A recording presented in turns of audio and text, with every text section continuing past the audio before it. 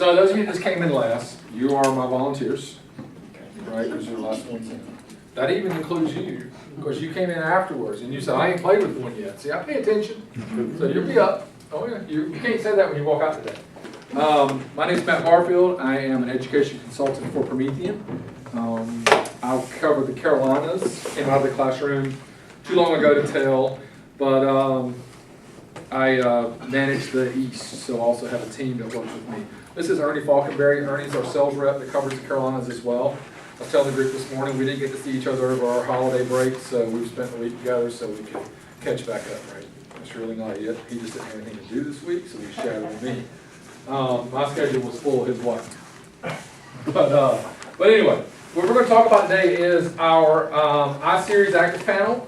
This is a 65-inch model. This is what, again, we've been talking about. It's what you've been putting into the schools, what we'd love to see. Of course, the schools that have bought 36 are our more favorite schools, right? You know, we still like you if you got one, but we want you to get more, right? And after today, you'll go back and order 36, kind of thing. But hopefully today we'll be able to cover a good basis, right? So when you walk in, you'll be able to you'll do a couple things with it, have an understanding of what's going on with it, how to update it, how to do all those types of things. And please feel free to ask questions, right? This is very laid back, very open type thing. And it'll be pretty clean because I've got a camera on me, so I've got to keep remembering that. Or I'm going to give him things he has to go edit out. That's what we'll do. We'll see if we can do that. So let's talk care and all that kind of stuff, kind of address some of those things off the bat. When we're talking softwares and things like that, we will we'll get into that a little later. But we'll do care and connections right off the bat, because really with that, and it's one of the first things we always talk about, is because when a teacher walks in, leave on Friday and come back in on Monday and this is here, right, kind of thing, that's a shock. No matter how bad they want it, it's a shock because, wait, I can't do what I planned for on Friday doesn't work now. That's the mentality, okay? And it's my job to let them see that nothing changed, right? If you buy a new car over the weekend, you still drive it, right? Still know how to drive. You still know how to drive, then you still know how to teach. All we did was change the way it's being delivered. So up here again, 65-inch panel. It is run by an Android system. This right here is plugged into the side of the panel on the back, right? Slotted in, so there's no cords to make this connect, right? Which means as long as this is tied in, it's always going to work with it. Nothing's unplugged or any of that kind of stuff. This is what we call our Active Connect OPSG. That's a lot of language for it basically being an Android phone on a 65-inch panel, okay?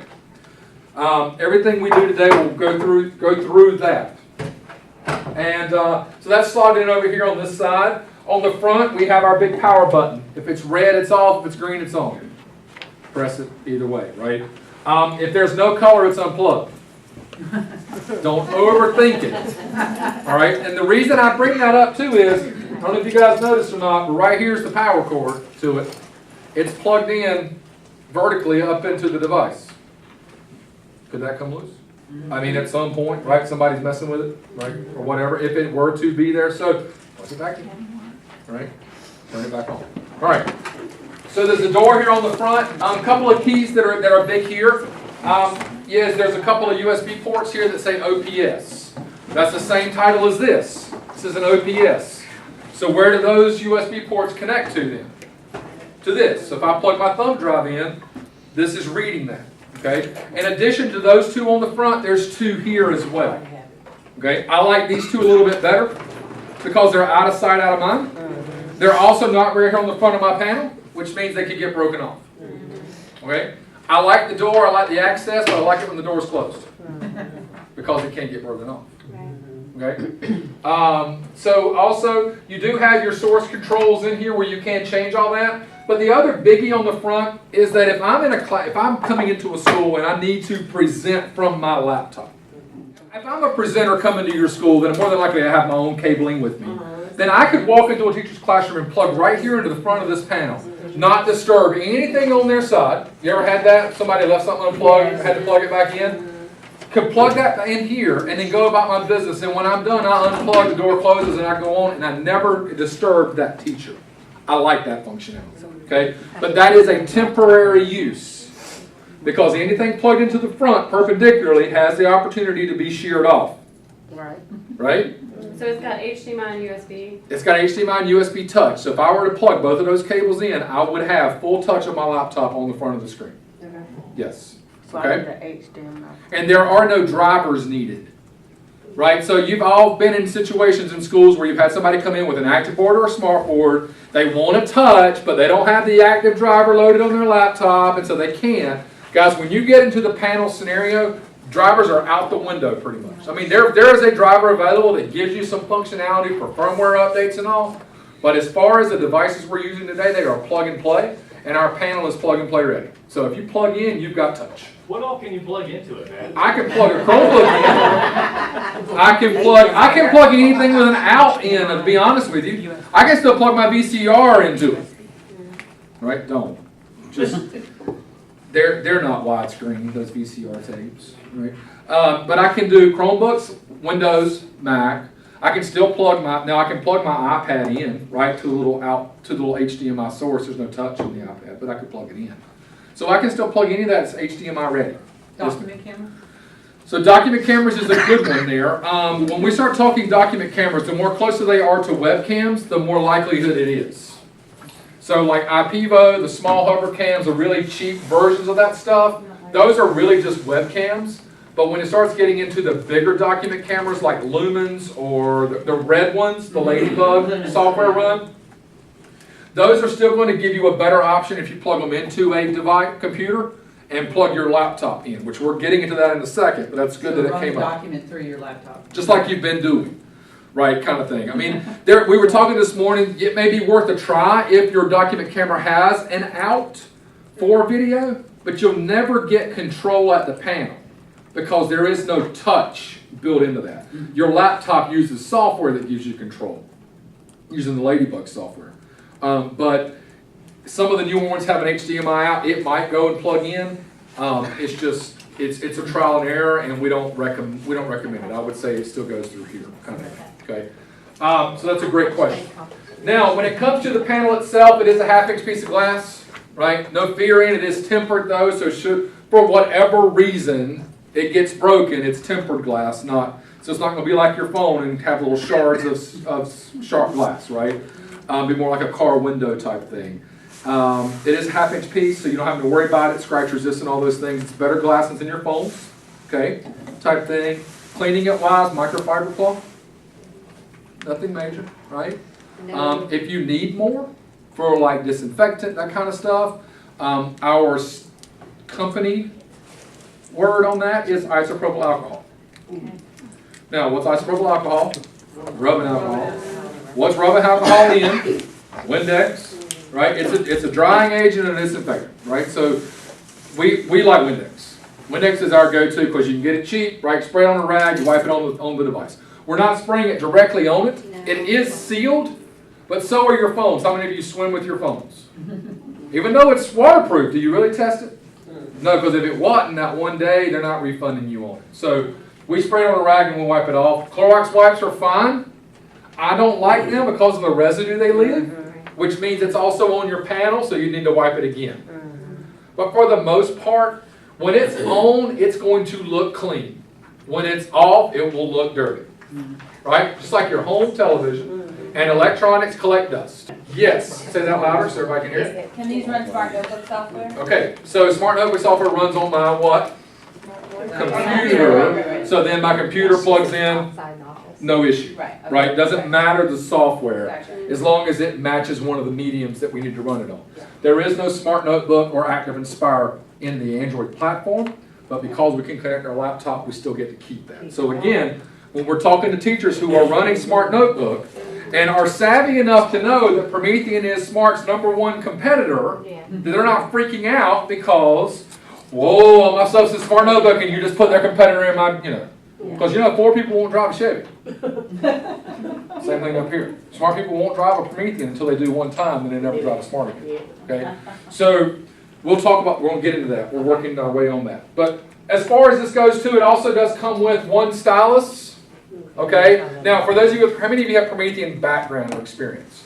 Right? Or even with your Smart, if you pick up the green one, you have to have the green one row to work in the tray to write green and all that kind of stuff, right? Still pen-based. This pin here is just a piece of plastic with a felt tip in it. There is nothing in this that is driving anything on that panel. It is merely there for fine motor So skill. if you have a pen from anything else. You got it. Stylus. Your Stylus. finger works better. And, I yeah, prefer a finger. Yeah, because it's like a Yeah, lag no, when I use. but any, yes, Any stylus will work. correct. Okay, makes sense? Perfect. All right. But it is there because we still, you know, we still have a hard time letting go of this, so we still do something with it. But it's not anything that you would, if you lost it, a biggie. In addition, it also comes with a remote. Okay? In that remote, there is no pointer software. All right? It's a TV remote, guys. Okay? We're working to get it on your price list just in case you need one, another one, an additional one, or whatever. Power button turns on and off. A couple things that are cool about the remote, keeping it handy, is it does have a freeze option, right, built in. It's a snowflake if you've never seen those in the South. Okay? And it's not, we should have put an ice flake on here, then we'd have known, like a little icicle or something, we would have known what was going on. Then the other one is a no-show, so you could blank it out. All right? But all it does is just affecting the screen itself, not what's going on behind it. But you know, you need a chance to do something else. If you're on your laptop, that is in here. Okay?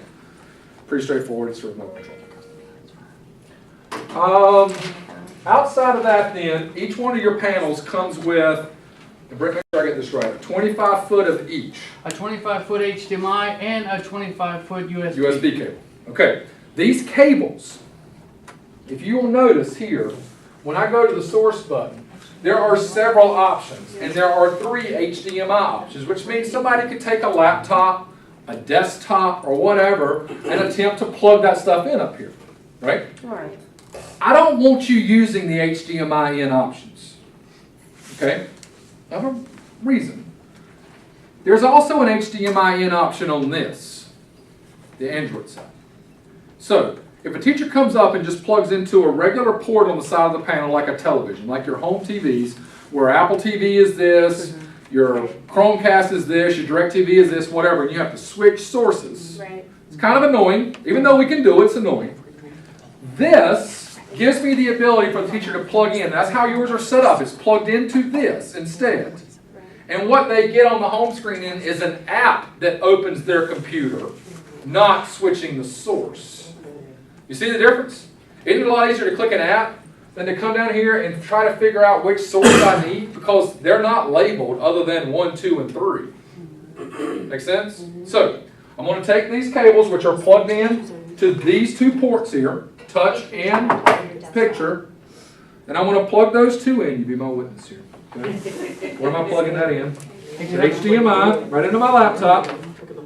USB, which is my touch, right into my computer, right? I walk up here to my panel and I click on HDMI in. What do you see? Oh, it's not stopped there, because if I come over here and double click on Chrome,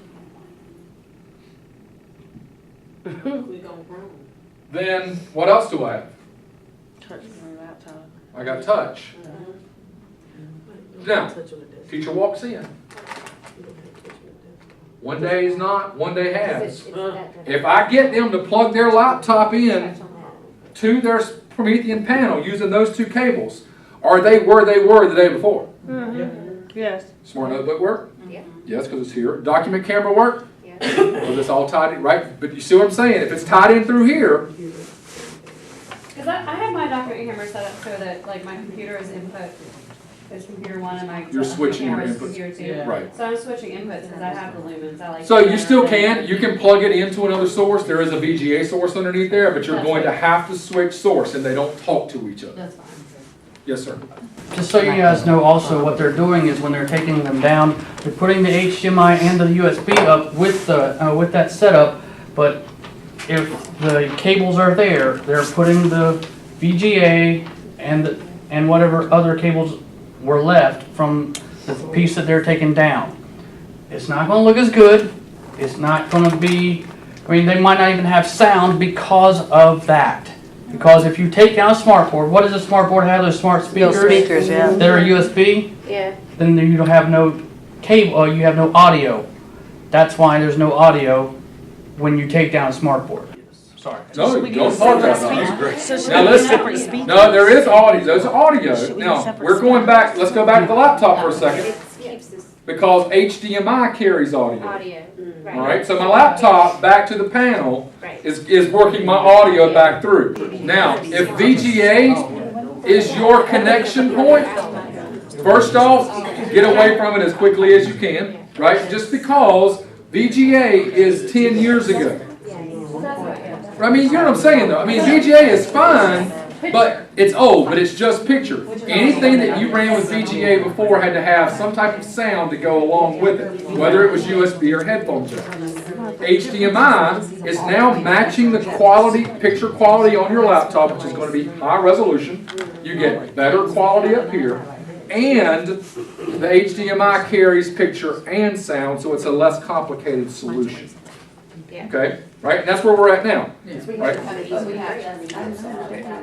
Exactly. So the desktop conversation. All right, hold on. I'm coming. Oh, I'm getting there. So the desktop conversation comes to, I don't want your desktops plugged into them at all. Yeah, that's right. And just, hang on. I'm not saying anything wrong with your desktop. What I'm saying, if I read the article right, your desktops are on 4:3 ratio monitor. They're square.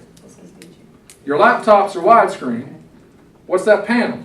Widescreen. So now you got to go and start messing with resolutions. Right, Brent? Messing with resolutions, because now I got to tell that desktop to quit telling the screen what to do and tell this screen what to do. Right? And then I got to add an adapter in, because your desktops use DisplayPort, not HDMI. So this would then plug into this, and then this will plug into the desktop.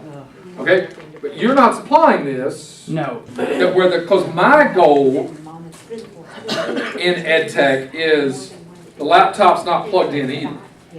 If the more of our teachers' stuff that lives in the cloud, the more accessible it is everywhere except in addition to my laptop, right? So if that teacher's going to hand off, then it's a whole lot easier if that's a cloud handoff than it is a device handoff. And I completely get it, because I have come through this process, whereas I've had to fight that. Well, if we're giving them a laptop, instruction dies if everything's running off the laptop. As soon as it pulls out, instruction can't continue, because that's where we're driving it from. And 10 years ago, that was our only answer, because we only had stuff that drove off of the software.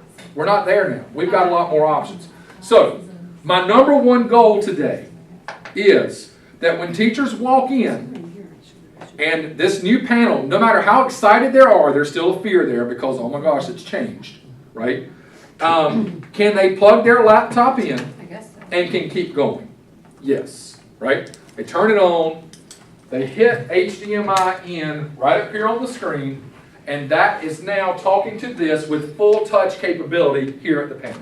If they've got a little desk their laptop sits on, so be it, they keep right on going, but nothing changed. Their content didn't change. But we do have this, and then, like you said, there is an opportunity to get an adapter to plug in for the desktop, and if that's how they need to leave it hooked up, then so be it. But they're still using the HDMI in. We're not changing source. That's big, right? One less button to press, one less option to miss. So if they go plug their desktop in the whole time, they plug it in with this, the desktop stays plugged in, and so be it. And they live from there. Okay? Yes, ma'am. So the HDMI to HDMI conveys the sound. If we use that adapter on a TV, Sounds, will it still sound travels still through. go Yes, through ma'am. that? It does. Display still does that as well. Okay. DisplayPort, HDMI to DisplayPort. They just use my No, laptop. DisplayPort is a proprietary HDMI type I can do everything. version. It's, who is it? Dell did it, HP did it, and they just, it's like Apple and FireWire. They can, oh, we're going to do one too. And it's really, if you looked at it, it's HDMI with a square side instead of two angled sides. They were real original with it. So I'm going to move on from this. We good? Okay? All right. Two cables. We just want to make sure that on the back of the panel back there, they're plugged in between the two antennas. That's where they are on this one. If you want to come out and take a look, take a picture or whatever, but make sure of that. Because I'm going to tell you, one thing I've learned from this, a teacher comes in and wants to plug their laptop right in and wants to use it for a couple of things. If they only plug it into one of our HDMI sources, they never use the Android side. Okay? Never use the Android side. If they go here and plug it in this way and use our HDMI in app through our Android side, what do they have to use? The Android side. It's always there. So now we're teaching them how to live in both worlds. Because if not, if you only use the HDMI side of this, this becomes a television. It becomes a projector screen. That's it. It doesn't do anything. Yeah, you can touch it, but that's it. It won't do anything that laptop can't do. And you lose a lot of the functionality of the panel. So that's one reason why we like the HDMI, because this button right here will always be in their way, if you will, driving them to say, oh, but I could do it from there as well. Okay, so that's what we're going to spend more time on. But they can plug in. All right. So with that, let's talk Android. There are speakers on the front. We talked about that already. Just trying to make sure I got everything covered. Oh, we talked this morning too about teachers that want to be mobile, want to live the Android side, right? Want to live this side. I'm not going to use my laptop, but I want to be mobile. So wireless mouse, USB mouse, right? It doesn't have to be anything expensive. This is a wireless keyboard combo that's pretty lightweight. Right? It's lighter. She was even shocked. Like, oh, it's going to be heavy. No, it's pretty lightweight. It's got my thumb can reach my left, my right, move my mouse around here. Okay? And then it's full keyboard, so I can lay it down and type. Think about it. Right? Some of you have iPads. What's the first thing you got with your iPad?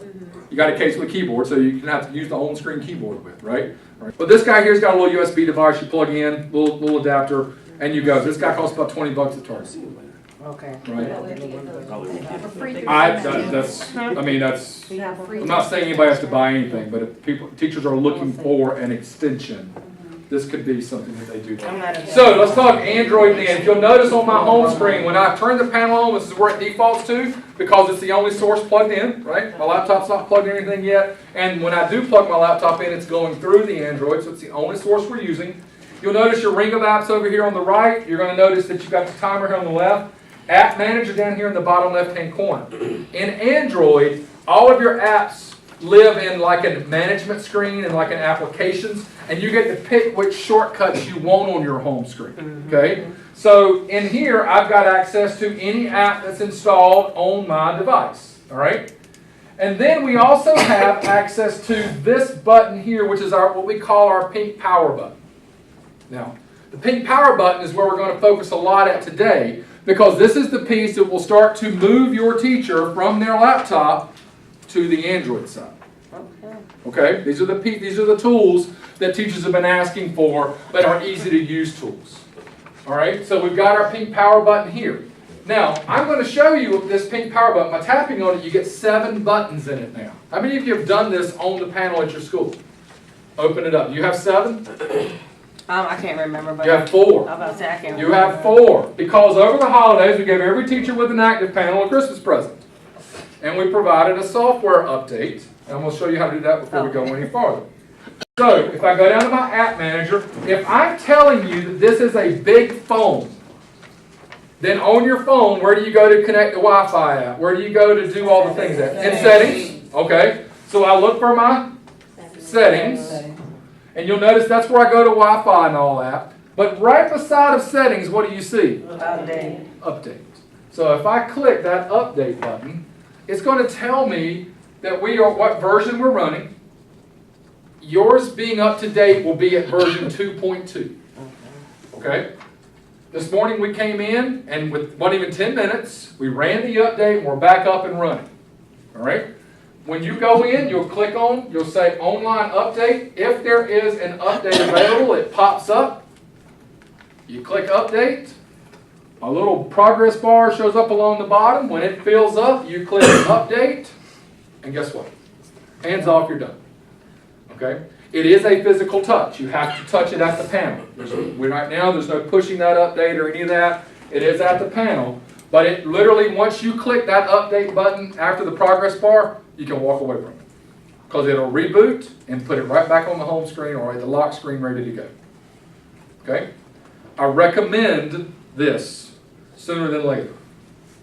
Okay? Getting this taken care of if you can, because there are some significant pieces in there that came in this update and it's really a teacher-specific update. So how will you know when you're doing updates? Okay, so that's a great question. We don't notify you through the software, and the reason why is we don't want it popping up in the middle of instruction, somebody clicking it, and before you know it, the panel doesn't work for 10 minutes while you're being observed, right? Because you know good and well somebody's going to click it, right? Somebody's going to click it, and all. So what we'll do is we're working to let Brent know to disseminate the information out, because sometimes some districts we work with don't want anybody to know there's an update until they can vet it and make sure it's not going to cause an issue with the network. Because you know, one update can come and fix this, but it can break 3 other things. That's just technology the way it is today.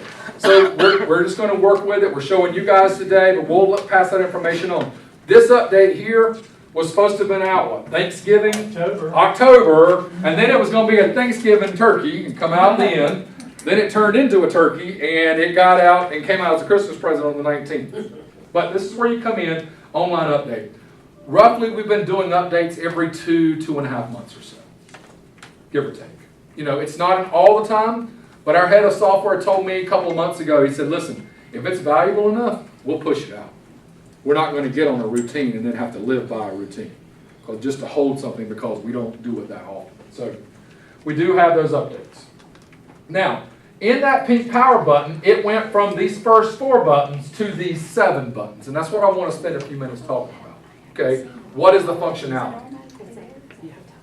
So if you're in and one is updated and somebody says, well, what did that do for me? Or you need another selling point on it, this is something we can show off. So a couple of real quick, I want to walk through them. The first one is a back button. One of the things, if you ever notice on your phone, there's a back or a go back, or you can swipe. Well, up here, it's a little more difficult, so this allows you to go back to a previous screen if you are in, like, the settings, and you get deep down in. Or, I'm in one application, I want to go back to the previous, it'll let me do that. The next one is my home button. If I'm touting this as being a phone, what does it need?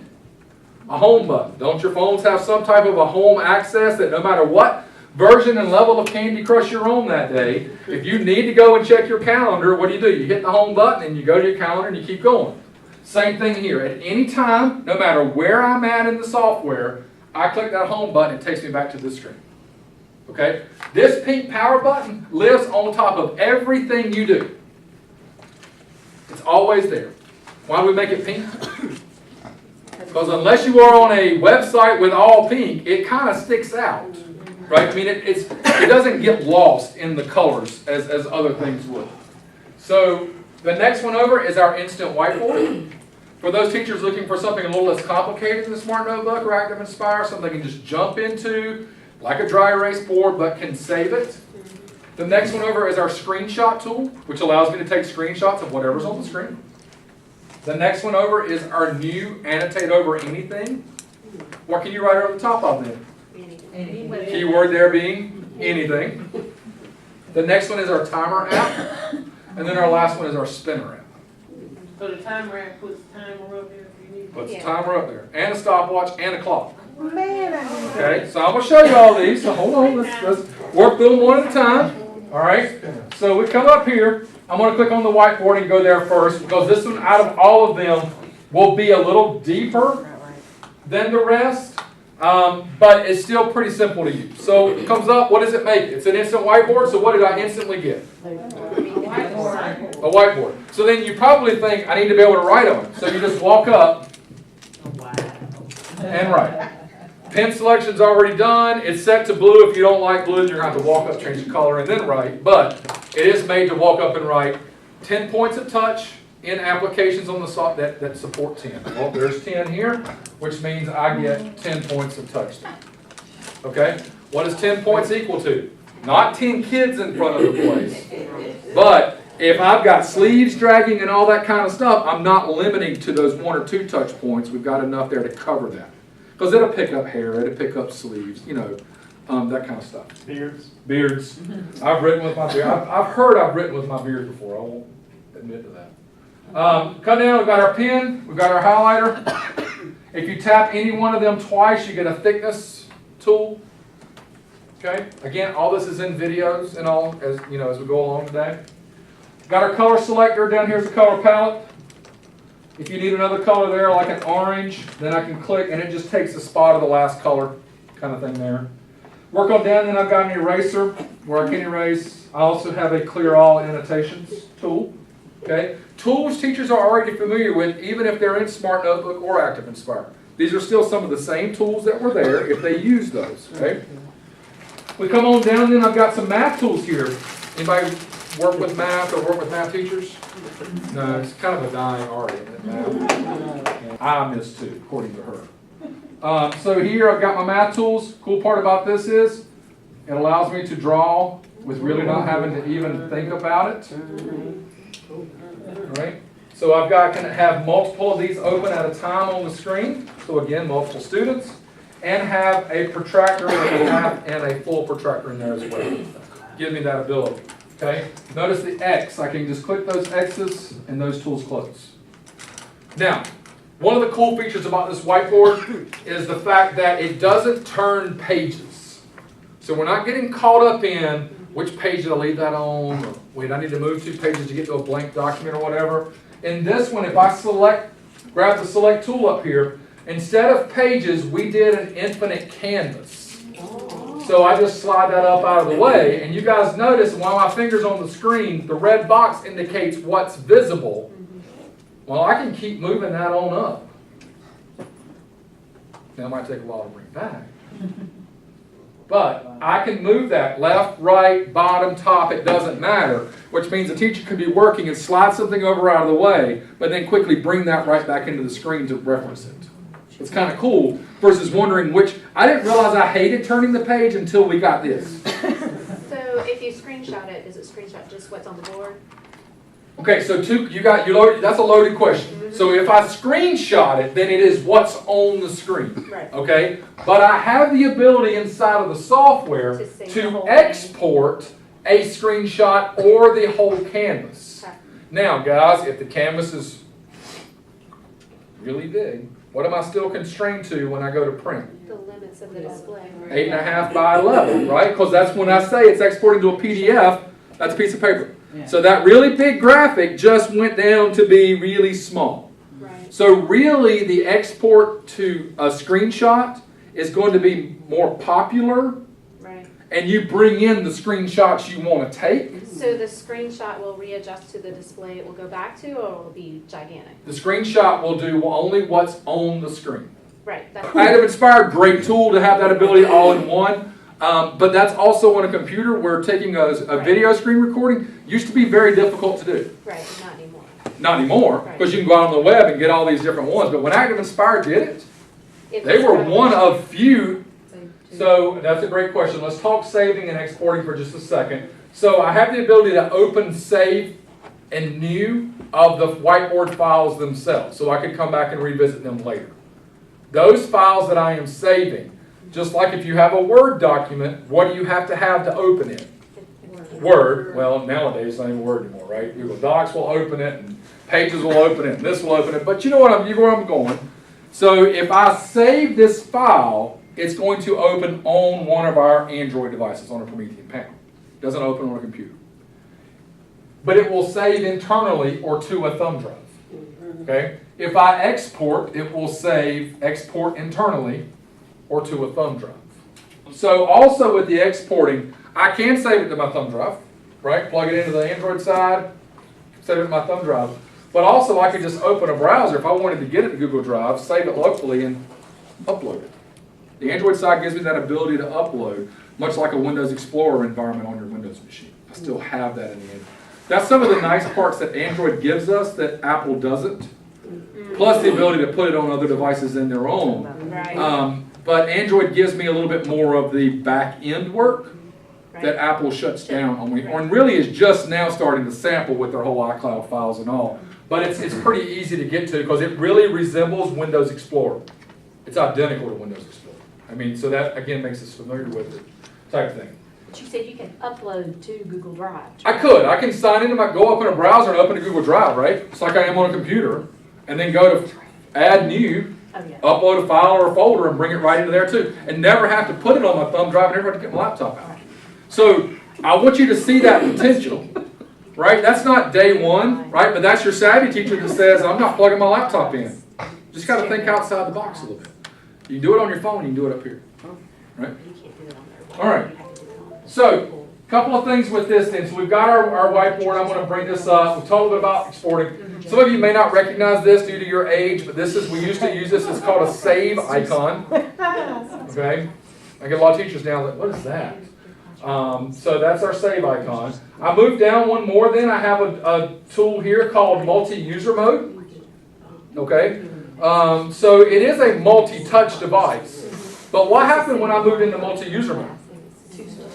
I got basically two screens now with two toolbars. But I've got a button right here with like a little gallery image. See it? So I'm going to click that button and I get some preloaded charts and templates. Right? Great way to sell it to somebody who's trying to figure out if they want to use it or not. A couple things in here they can come in and use, but a lot of just generic stuff that does get repurposed in the classroom. But I also have my gallery here, which is the same as my photos on my phone, right? So it accessing, so the panel, this whiteboard will pull anything that's saved to the device, and it's also reading my thumb drive right now. So anything that is a PNG or a JPEG, which means they are what kind of files? Picture files. Did I say PDF? No, but somebody wrote that down. No PDF. PNG or JPEG. Can PDFs be converted? Yes. Yes. You can take a screenshot of anything nowadays, right?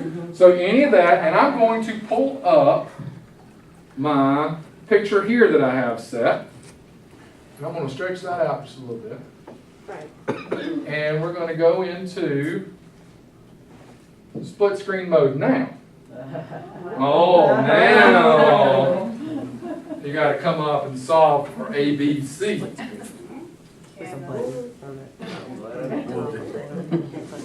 The point is, can I still prep my content on my laptop, save it as a JPEG to my thumb drive, or download it from my Google Drive, save it from a website, anything as long as it's a picture file, and bring it right into the whiteboard.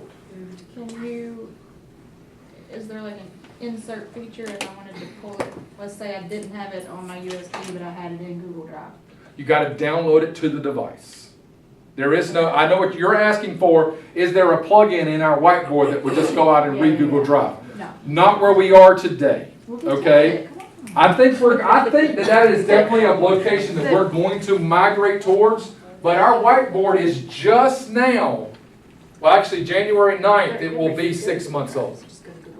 And we've made tremendous improvements in it, but not in that category just yet, just that reaching out into others. Because as soon as we do that, everybody's going to want to know where all their other stuff is. Right. Because it's not showing their PDFs, it's not showing their slideshows. You see what I'm saying? Yeah. It's only going to recognize picture files. And to elaborate on the pictures, that's PNG or JPEG, not TIFF or bitmap.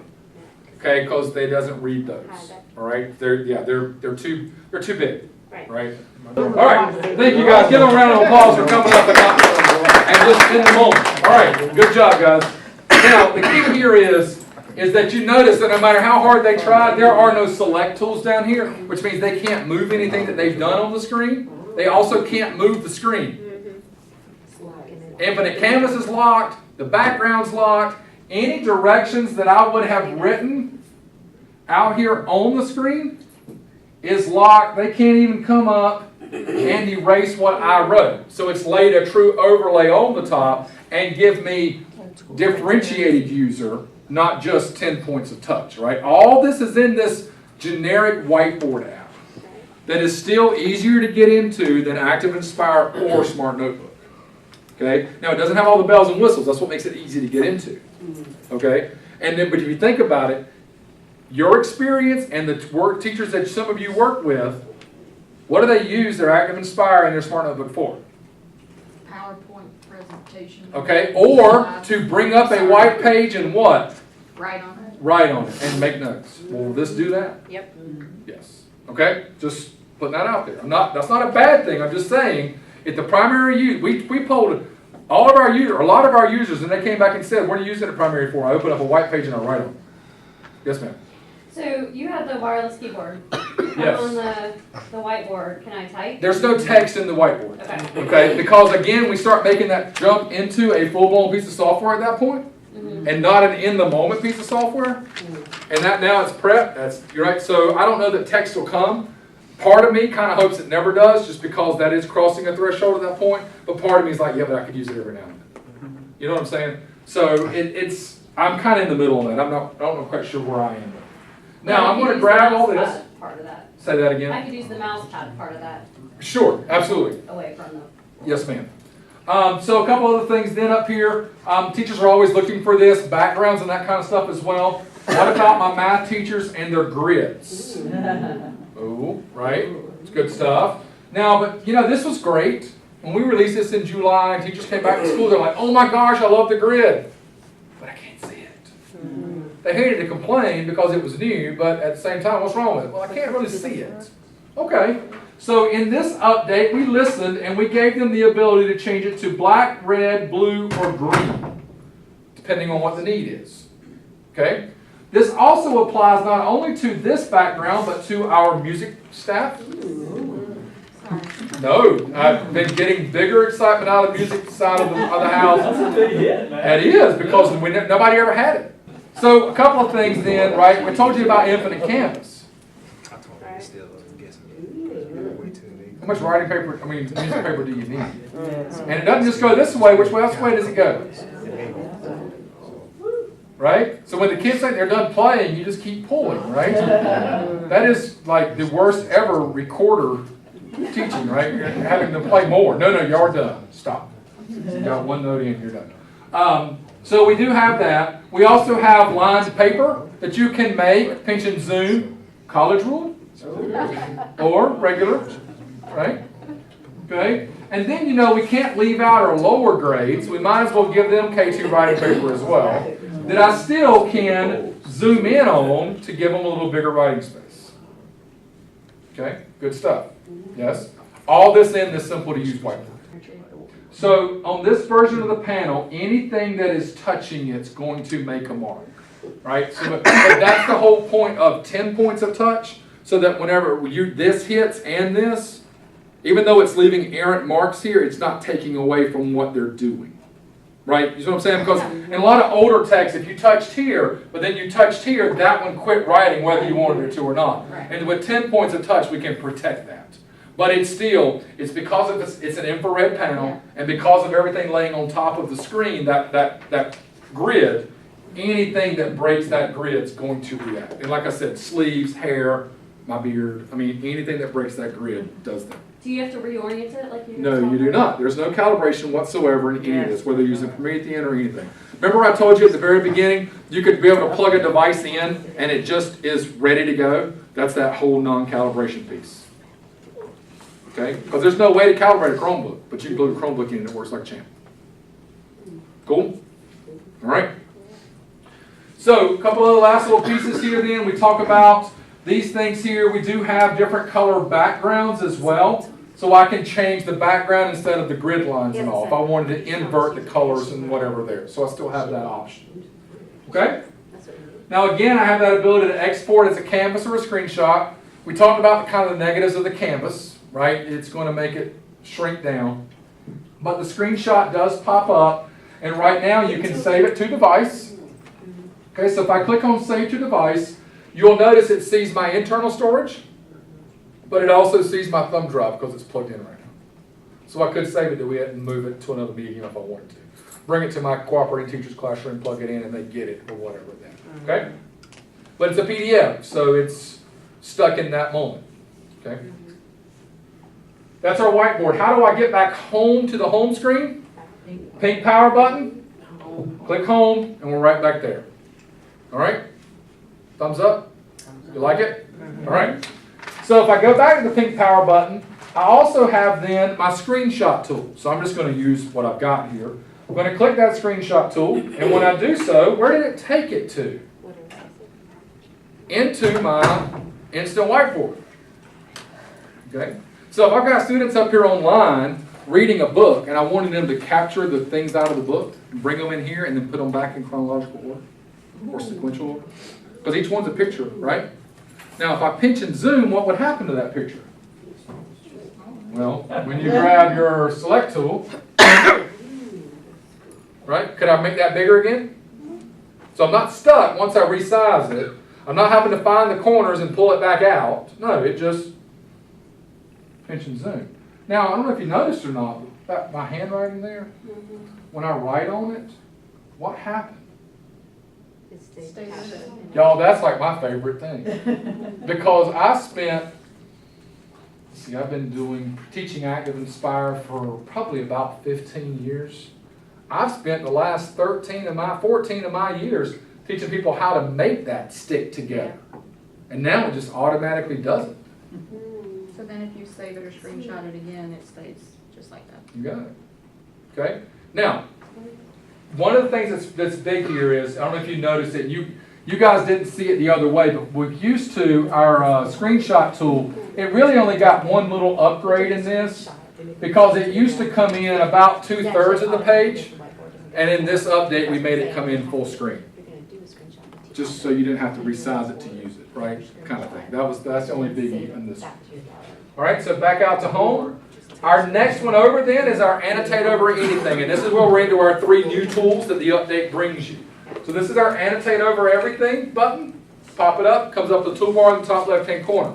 This is our first version of this, so it's going to be a little bit, maybe if it's anything, it's more limited, but it's also just an in the moment, let me highlight something that we're doing so we can move on, right? I don't want to dump it in the whiteboard. I just want to mark something here on this website and keep going. So this guy here gives me the ability just to come out right on the screen, okay, and then have that ability to highlight or whatever at that point. And then I can erase. I only get those 5 colors or then those 5 for the highlighter tool. But I also then have the ability to click the little eyeball here. And with it now, I can come over and open up a website. When that eyeball is unchecked, the page is stuck. I can't move the page. Notice there's no select tool. Okay? So it's either turned on or turned off. Now it's in annotation mode. Now I can click on a website, keep going type thing. I also can clear all, keep going in it, and all, and keep doing that. This does move around if you need it, right? Tuck it up in the top left, that's where most toolbars live nowadays, top left, or whatever. So you do have that as an option. But guys, it is really just for, you got a website up with a math problem on it, can I just write over the top of it and solve it? Mm-hmm. Yeah, I mean, it's like Promethean Active Inspire's desktop annotate, right? It's your smart, what do you call it? Smart Ink. But one of the things I used to teach, when I would show teachers desktop annotate or Smart Ink, if you will, the counterpart of that, they would fall out of their chairs amazed. Because it was so cool. Okay? But if you've ever done it, in Active Inspire, you had to click the desktop annotate button. Right. Then you had to go down and click the pen tool. Right. And write. But then when you were done, you had to go back over and click the select tool so that you could move it. And then you had to go back and grab the pen tool and do all that. Right? We're just making it easier. Taking the steps out of it, right? Taking all that, because now, as soon as I go, and here's what I love about this, as soon as I go and click on it, I have the expectation that it's ready to write. I didn't have to do anything. When I'm done, I can just click close and use it the next time. I don't have to worry about which screen I'm living in and all this other stuff. Because Desktop Annotate even popped up with its own tab to allow you to try to save it. And the teachers would save it, nothing would be there. Because all it would save was what you wrote, not what was behind it. So it was a whole lot of, it was cool for its time, it still is cool. This is cool. All right. What does the eyeball do again? It just allows it to allow me to click through to the website. So when I have this on, notice I can't click on my links. When I go to the eyeball, then I can click on this guy, how he's prepping meals for the week, or whatever. Right? So it's kind of like C.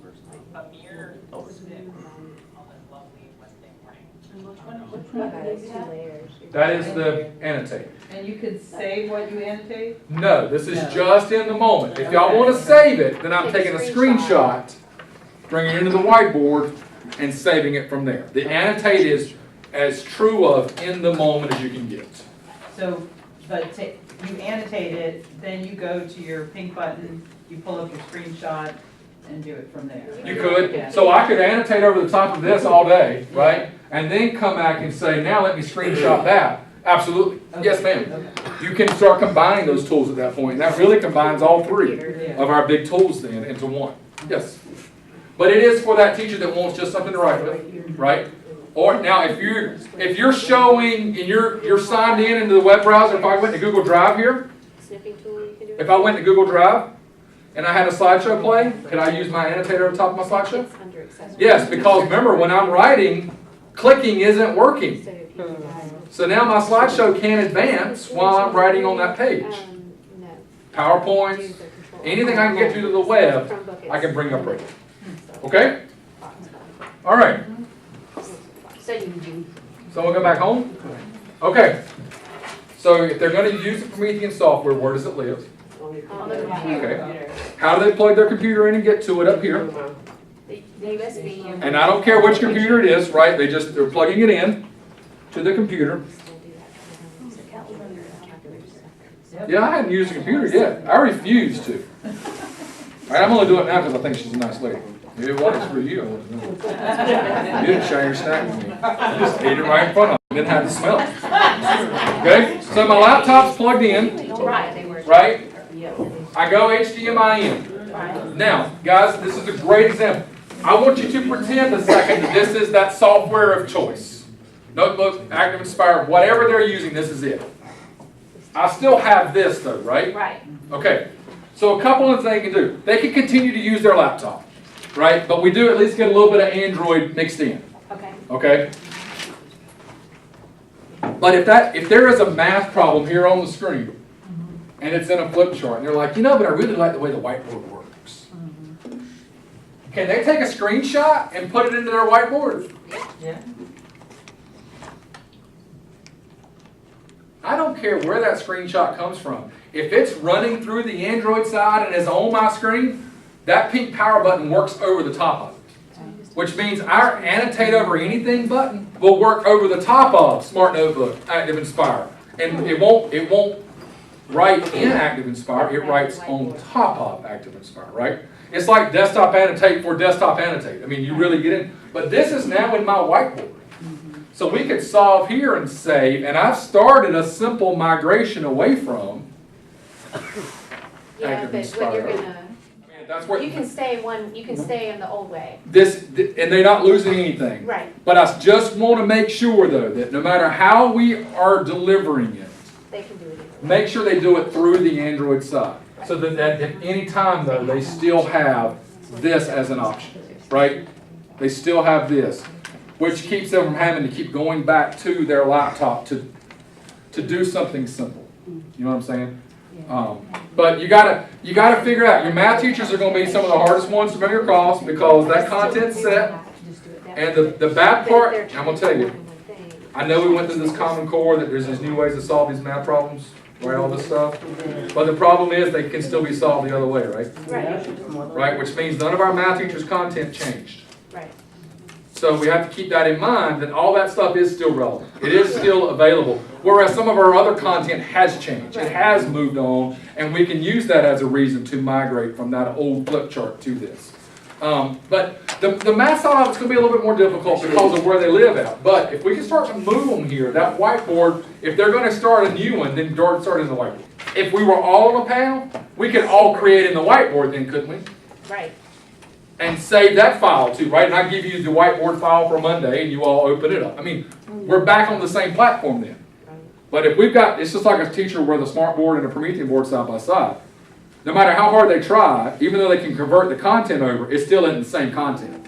And it makes it a challenge to build. So it is, but it's just nice that if you got it, that you can, if they're lingering with this on the screen, at least it's there reminding them that there is a move forward, not just life here.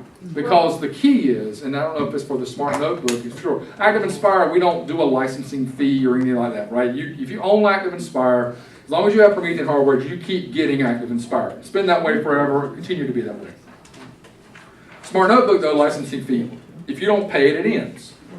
You don't lose the software, But it doesn't update. but it doesn't update. Which means at some point, that software will end on that machine, right? That machine will move to an operating system that software does not support. So there is an end of life coming for some of our teachers Right. at some point, right? Now, we could be 4 years out, but there is an end of life coming.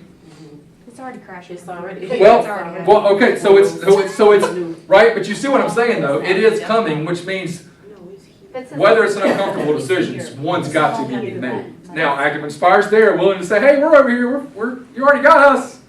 Well, Right, and kind I of like thing. the fact that you can open Smart from Inside of Active Inspire, correct. Right, but I mean, it's not worth shaking their, messing their whole system up in January. But Active Inspire is not the equivalent to Smart Notebook. Active Inspire is its day. It's the boss, right? I'm just saying. I can say that comfortably in here, right? Nobody's gonna tackle me for saying that. Just playing.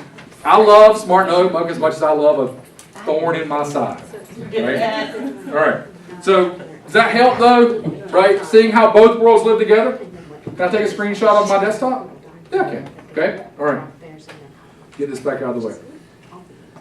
All right, let's move on from this so we can wrap this thing up. So a couple other things then. I'm going to get out and go home again. Okay? So we've done our annotate. Now let's get into these. These are fun. They're just fun, right?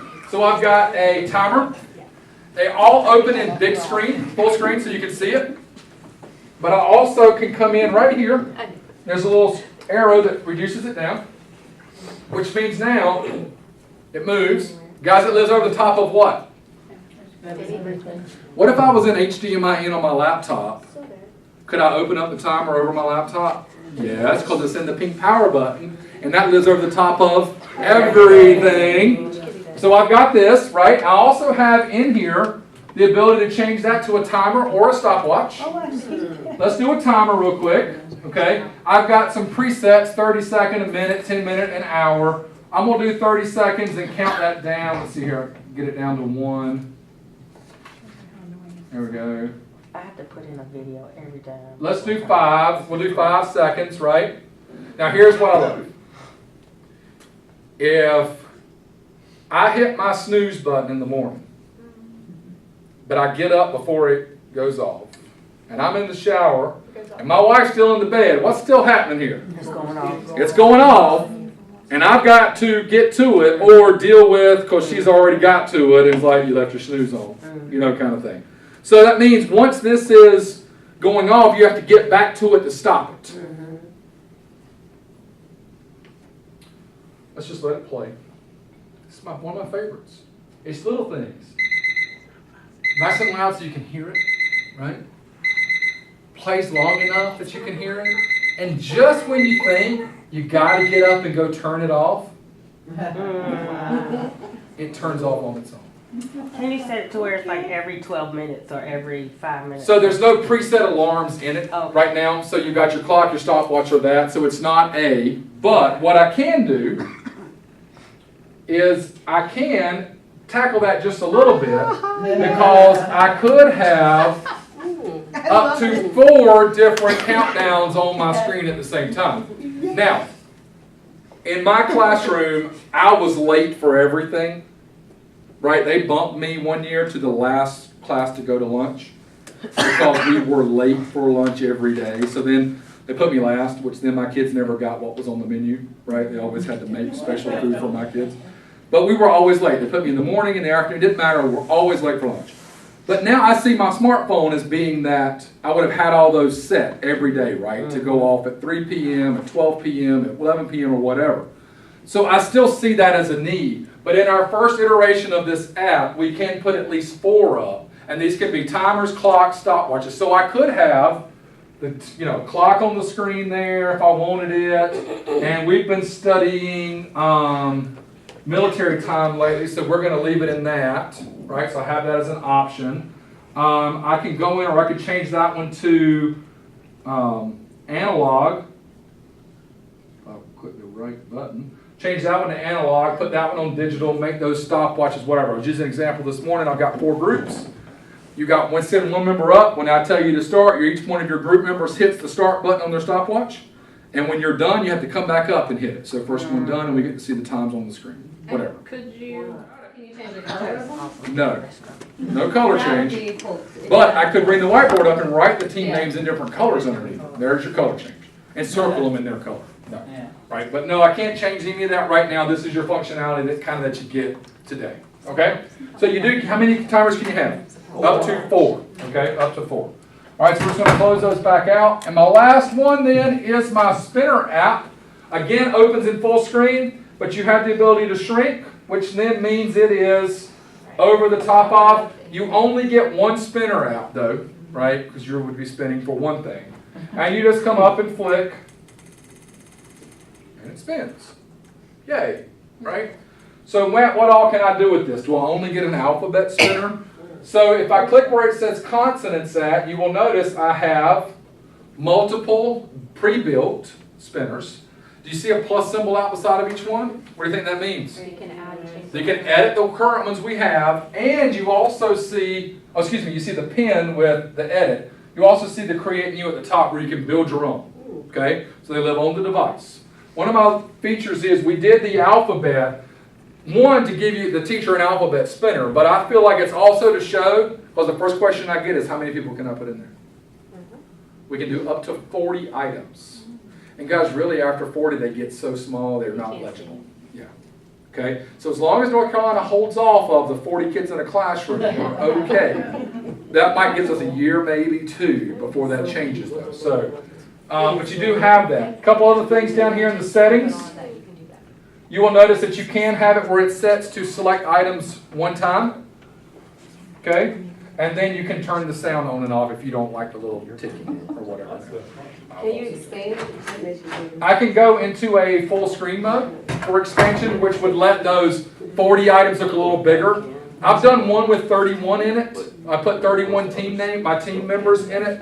And it was fine, but it looked better in this screen. When you got down to the other, I really needed to be up here. It's not something that translates to the back of the room. Okay? And I don't know that necessarily that it has to translate back, but you do have both of those options. And I love this because I can have the whiteboard up. One of the activities I've built, this is not being mine, but on my device over there, I've built an activity that's called money. And there's 5 options or 6 options that have different money values in them, like $1.08, $4.15, and so on. And then one of them is add 30 cents. Okay? Well, then I open up my whiteboard app, and I've got little coins on the screen, and they have to come up and they spin.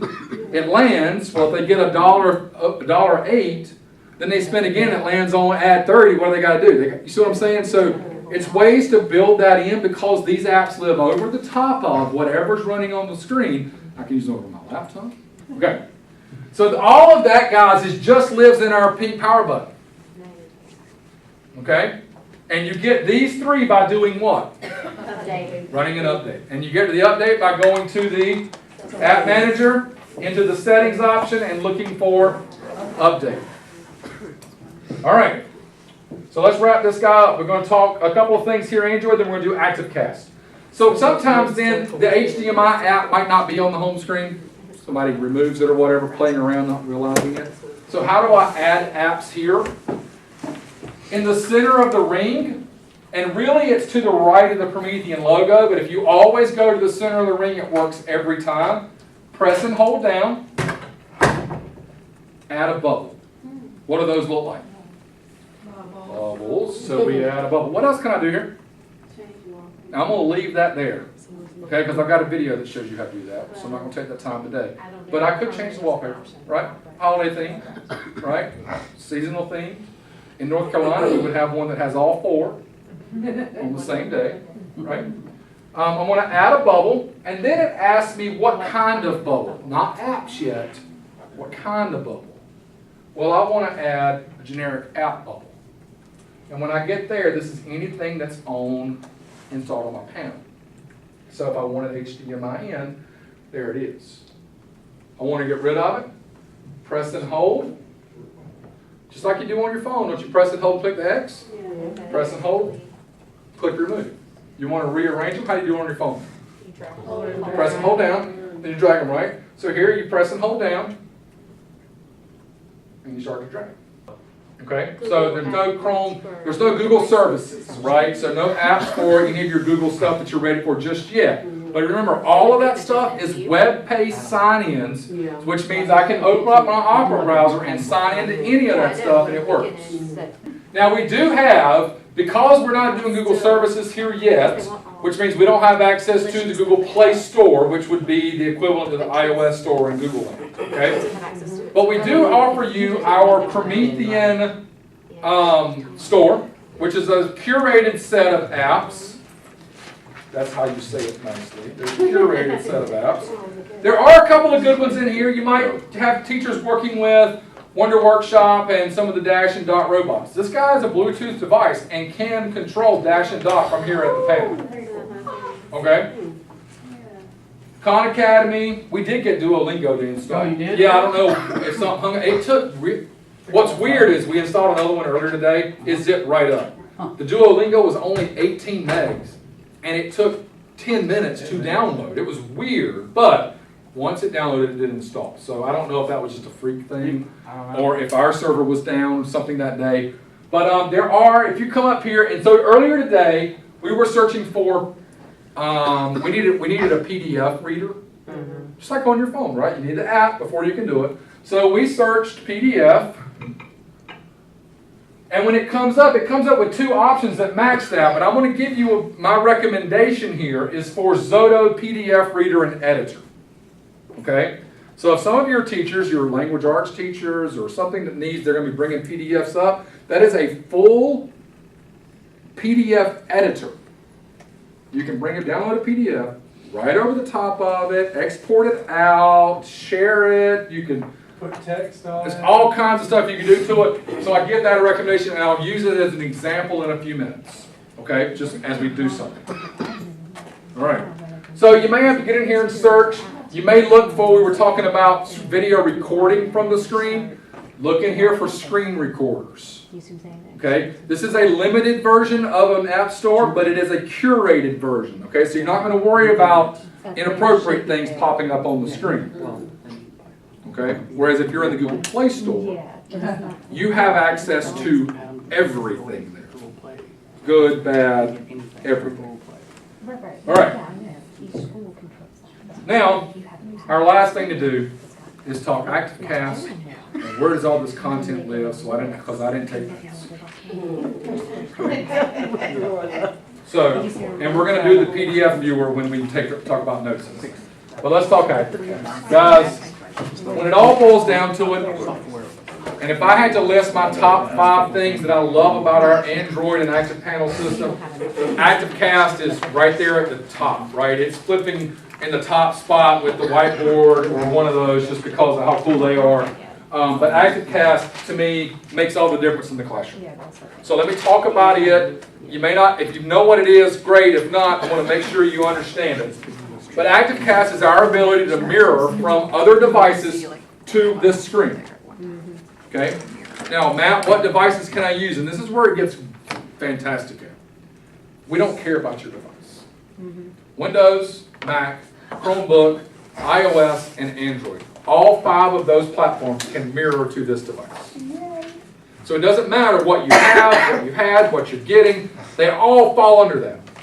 Now, in days past, my Microsoft device needed a MirrorCast option, and I had to have this piece. And the original Chrome stuff had to have a Chromecast. And my Apple device had to have an Apple TV. And I had to look there in the middle of the table and find a remote that worked with each one of those, right? It's all consolidated down to this, an extension, and an application. And we don't care the device at that point. Okay? So, a couple of things with this. I'm going to model it first, and then I'll explain it and set you up with it. So I'm going to take the laptop here, and I'm going to go in, put in my... You want to do yours too? Has it got enough battery to get you home? Okay, so a couple of things with this. First, there are 3 levels of security when it comes to our application. Okay? If the application is not running, nobody can mirror to it. That's pretty handy. 2, I have a PIN code. They have to be in front of me to see. And I can generate that PIN code as many times as I want to. There's no limit. You can generate it 15 times during class if you want. Okay? 3, when devices attempt to mirror, I still have to click allow before they show up on my screen. So if I were to leave it running, and I were to never change the PIN code, my kids in another class still aren't popping up on my device. Now, this is the modern day Pandora's box right here. Yep. Okay? If I look out in my classroom and there are no devices being used, and I didn't tell you to, then I never click over here in the blue section. If you do, you guarantee that Steve Udelson or whoever local news guy is going to be talking about the weather in front of your school today because you just went and allowed something you shouldn't have. I was trying to think of that one guy's name. Nujinki? What's his name? Steve, yeah, he's the one that always shows up when there's something wrong somewhere, right? Channel 9. Yeah. Oh, okay. Yes. I was sitting at the airport one time and he was sitting across from me. He's like, I probably should go. I was like, I do not want to be where he is at because that is trouble. Something is about to happen or has happened here. To me, that brings him to your school, right? Now, I know that these 2 devices, so I'm clicking allow. Well, automatically you just saw how many devices can I mirror? 4. Well, you see 2. You can. Some of you may have seen it up there, but you can mirror up to 4 devices at a time. Okay? What's great here is if I double tap on Ernie's, he's now full screen. Oh, wait. There's my portable document camera that I don't need software attachments for. Oh,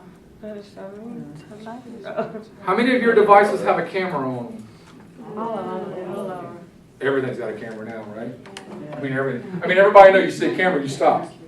Right? Kind of thing. But we've got a portable document camera here. I double tap, I'm back into my split screen mode. I double tap here, I'm on the laptop. So you put them on the, so the issue is There's no touch. No, it is just a mirror, right? But as a teacher, I could be at the back of the room working with a small reading group and still be able to mirror up from there without having to come up to the front, plug my laptop in. I can teach from anywhere in my classroom. I don't remember this. I probably was told this, but I don't remember. Does it have to be on the same network? Does it have to be on like MHH as that one, or can it be on 2 separate? Can that one be on MHH and then someone else be on guest? Yes. All right. So, and this, we know guest works because that's how Ernie's mirroring right That's now. what we need to Cool. know. Okay. Yeah. So we know that, and I'll tell you, and I don't want to get in the weeds here because I don't know enough about it. Right? I understand it, but I don't know the lingo. Right. But some districts set their subnets up so that they're separate. Right? Teacher, student, Right. guest, and none see the other.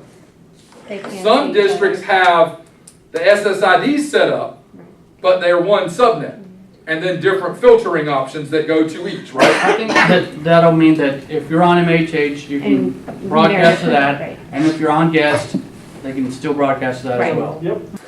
Now, with my 2 devices here, let's talk about this for a second. So, with Chrome, Windows, there is a Chrome extension that you put in Chrome. It's a Chrome extension. It's called ActiveCast Sender, but there's no E in active. ActiveCast. Okay, ActiveCast Sender. It's a Chrome extension. I think I even saw what it is. That's what the extension will look like. There is an Android application in the Google Play Store called ActiveCast Sender. Okay? There is an application in the iOS store. Okay, you haven't had to use it. Okay, so in iOS, AirPlay works. All right, if you're familiar with iOS and you've ever mirrored to an Apple TV, you can do it that way. All the app does sometimes is help you see the network, because sometimes districts shut the network off where it's not visible. So you've got the Windows device, the easiest is the ActiveCast Sender in the Chrome store. That's the easiest way in the Chrome extensions. And I'll show you how to do that in a second. It's also in the paperwork here. Did a good job of documenting it here for you guys so you can see it. But it is available. Now, I'm going to end here for just a second and then come back and show you. One second here, and I'm going to show you how to do it. That's pretty cool. She was gone.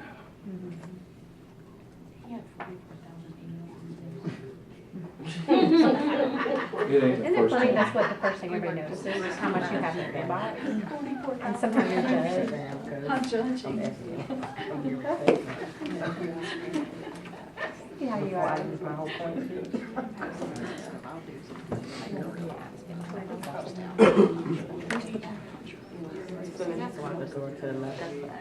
Okay.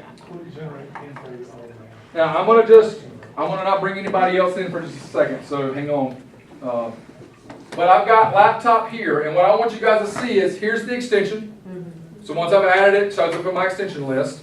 And then if I'm ready to engage with ActiveCast and I have opened the app, right, and I know what the PIN code is, then the first thing I do is I click on the extension and I decide, do I want to share my desktop or the current tab I'm in? Okay? Now, there is a visual here that is very important. If I share my desktop, what do I not get? Volume. Volume. If I share my tab, what do I get? Volume. Volume. Okay? It's just, I don't really know why, but if you start thinking about it, it really makes a lot of sense too, because it helps you focus your network activity. I can play a YouTube video from right here then. Sound's going to come out of it. But if I'm trying to share my whole desktop, that's a whole lot more data that's got to go back and forth. It also gives you a privacy piece, because now you can be on your tab and be doing something else on your laptop. Right. Like it's Okay?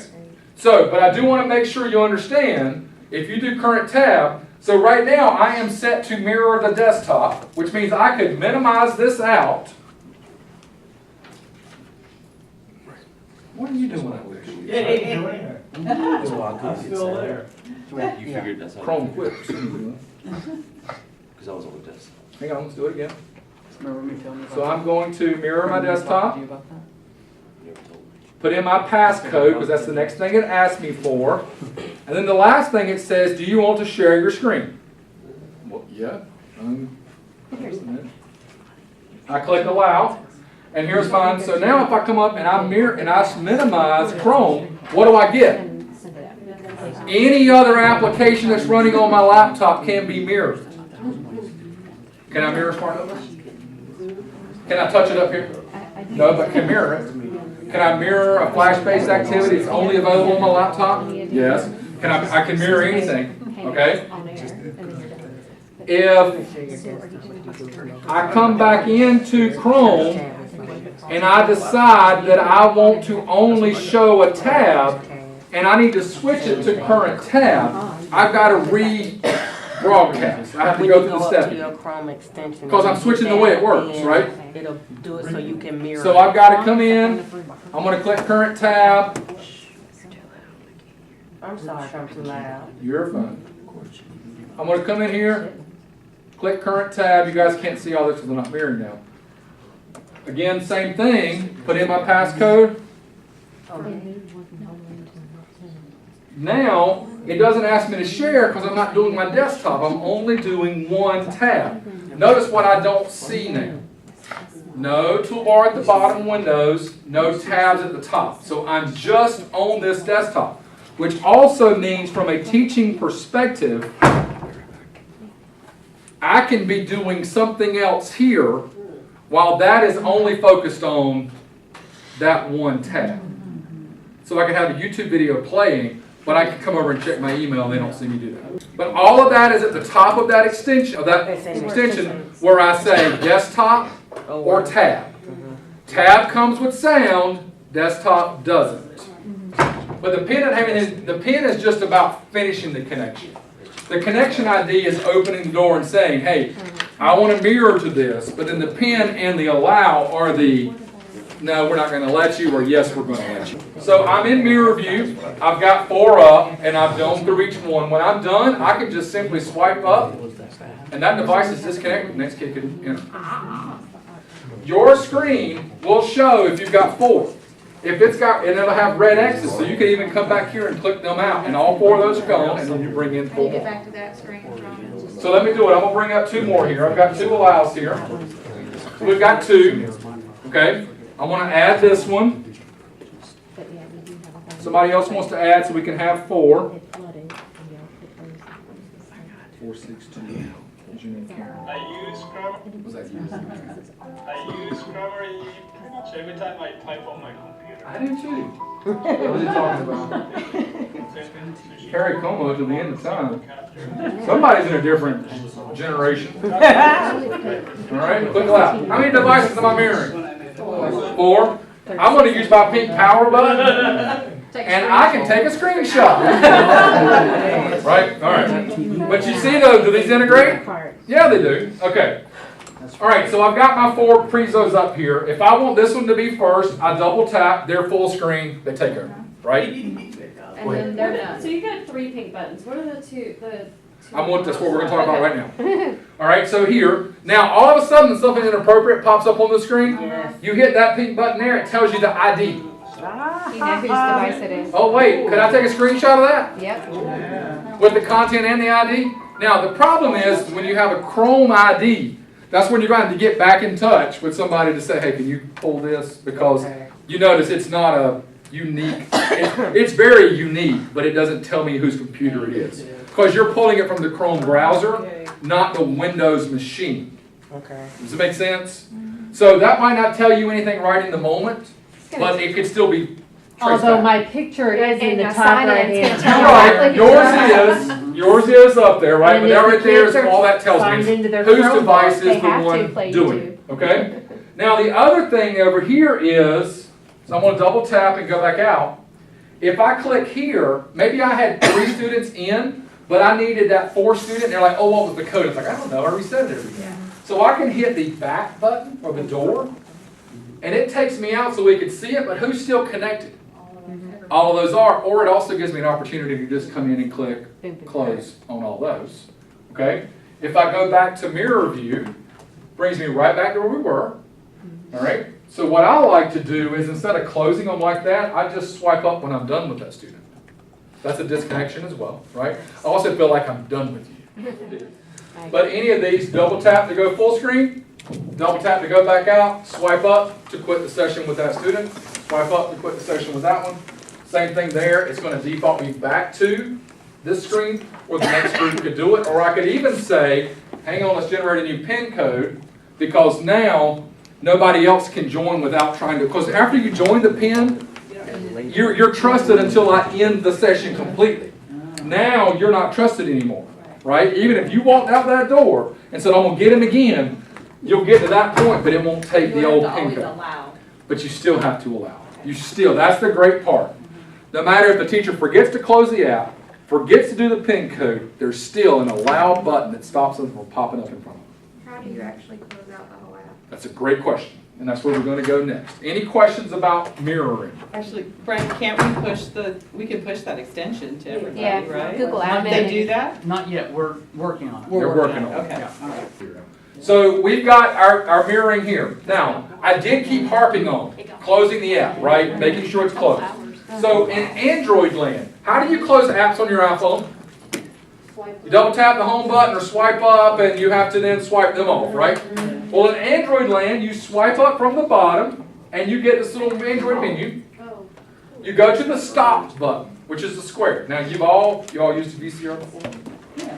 Maybe somebody had. They know what the save icon was. So we click the stop button, and that takes us to our very familiar, where you could close an app, right? You could click the X to close it. You could move to another app if you wanted to. But what I love in Android is this close all button down here. When I click it, it quits all applications.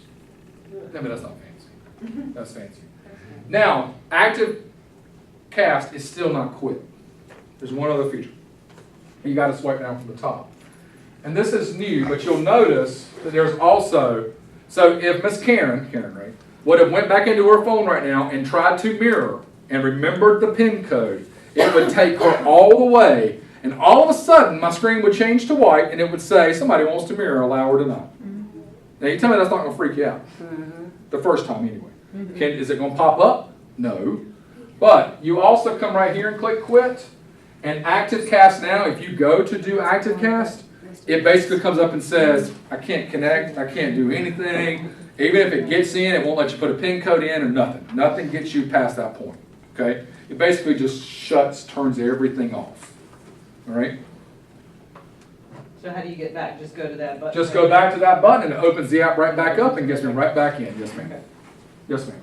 So the biggie there is remembering your PIN, or remember to change your PIN, right? I mean, it's one of those things you should generate, but even if you don't, it's not going to pop up unless somebody clicks allow. If you power it down, will that do that? No, because think about your first off. Yeah. Think about your phone. If you turn your phone off, are all those apps still running when you turn it back on? Yes, unless you quit them. Apps don't quit unless you quit them. Okay, but then two, even if you quit the app, there's still potential that Google Drive, that sign-in hung in as a cached item inside of Opera, which means it still could be there. So the sign-out is going to be your surefire way to get in and out. And that's going to be the same thing for Microsoft Office 365, right? Whatever you're signing into, same thing. Because Right? it's not password protected per se. It's just your basic Because you're security. not Just signing into that do board. it as habit. Right, right. Okay? All right. Matt, where do I didn't take notes where I get all this stuff from.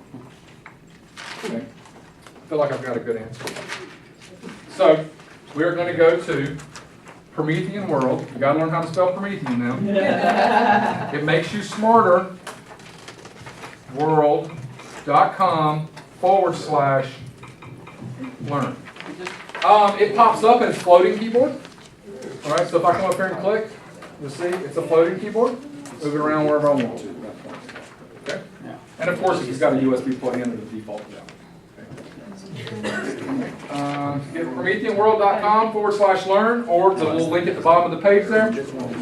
And guys, everything that we talked about is in a video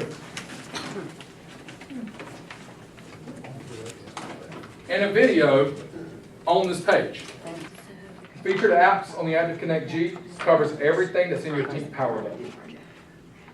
Okay, spinner, whiteboard, timer, annotate over everything. Okay, those are our apps. Those live, and that's video series just on them. There are 3 videos in there called Best Practices on how to use those, like teaching examples of that, just to help somebody get an idea of that. If you scroll on down, something's up today. Maybe we're getting ready to change this website so that whenever you get here, you pick what you want to learn about, and then you tell us if you're a beginner, intermediate, or advanced. So I feel like it's an improvement coming. It's just we had to have somewhere to go before. If you still got teachers using Active Inspire and they want to learn more, there's 101 Active Inspire videos here that were all released this past summer. So they're all current to our current version of Active Inspire. If we come on down, Active Connect G and OPSG, that's this device. So these are how to do things on that device that are Android specific, right? Like how to add a button to the toolbar or to the home screen, a bubble, how to change your wallpaper, how to update. All those kinds of things are in there. Everything we talked about today is in here, okay? And then if you want to learn more, and this goes back because I've got one question I haven't answered today. And she asked me, is there a way that I can get this content on those students' devices? And that is through our ClassFlow software, okay? Now, ClassFlow is a whole nother time, right? I have to give it its own time. But ClassFlow is the ability, it's built for one-to-one primarily, right? It can be used by anybody. It's built for one-to-one. And it allows me to take what's on my screen and put it on my student screen, and also poll them and do full formative assessment with quizzes and assessments there. So it gets a lot deeper than that, but it is a big push and pull between. Does that come with, or is it? It is free, actually. Any of your teachers can use ClassFlow currently in the district. It does not matter what their system is in their classroom. ClassFlow does not care. It is a free tool for teachers to use.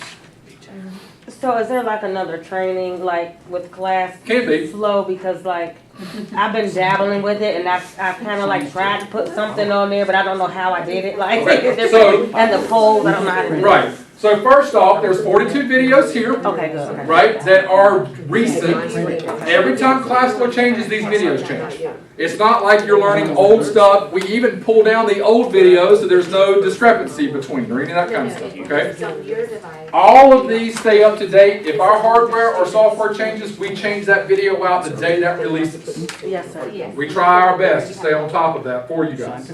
Also, these are available in YouTube.